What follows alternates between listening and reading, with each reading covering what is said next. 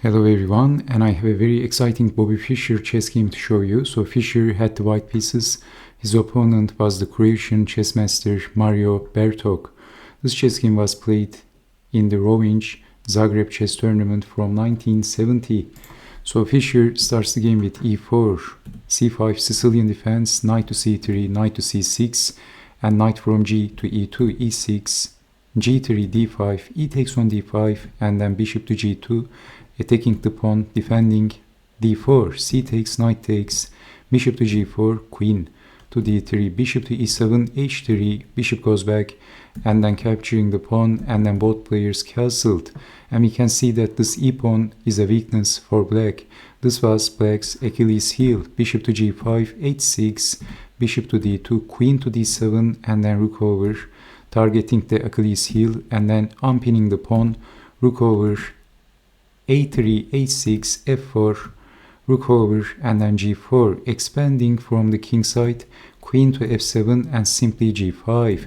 We have knight to e4. Black can't capture the pawn because then capturing back and the knight is pinned and black is losing a piece. So g5, knight to e4, exchanging, and then this is hitting the queen and at the same time x-raying the bishop. Simply queen to c3, defending the queen, the bishop, and hitting black's bishop. Bishop to d4, queen to b3. But tactics, bishop takes on b2, but this is not working for black. And then rook takes on d2, exchanging the bishops. But then Fischer opens up the g file, and this is going to be very dangerous for black. And at the same time, you can see that white is targeting the e-pawn. So rook to e7, bishop takes, and black has many weaknesses. Queen to h5 and threatening checkmate. So queen to c3. So if bishop to d3, then queen takes, and then queen to g2, which is going to be checkmate. So queen to c3, rook over, and then queen to e3. Knight to e7. So Fischer was planning to maybe move the bishop, and you can see that aiming the weakness, the Achilles heel. Knight to e7, h takes on g7, knight to f5, queen to b3, aiming the pawn again. And we have king takes on g7, bishop takes, and this is the moment of truth. Black played e takes on f5. He had the inferior position, but e takes on f5. This opens up the queen's light diagonal very dangerously, and black is going to pay the price heavily. Queen takes was better, but then rook to g1, king to f7, and then rook to e5, and white is better.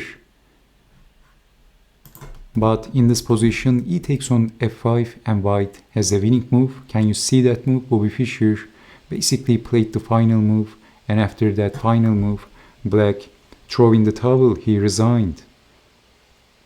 Can you see that move?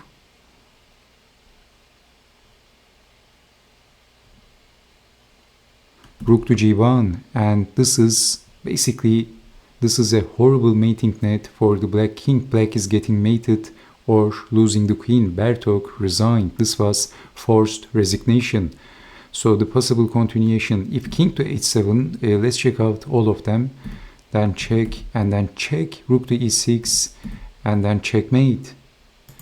And how about king to h8, then checkmate in one move. If rook, king to f8, then queen to g8. Also the rook on the e-file cuts the king's escape square. So this is check and mate. And if king to f6, then checkmate in one move.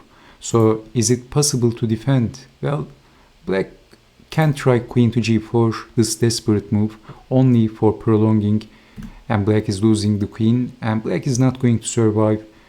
His king is not going to be able to survive. He's going to get checkmated very soon. So, okay, this was the final move of this chess game. Rook to g1, and Bertok resigned. And thank you so much for watching. I hope to see you next time with more beautiful chess games. Take care and bye bye.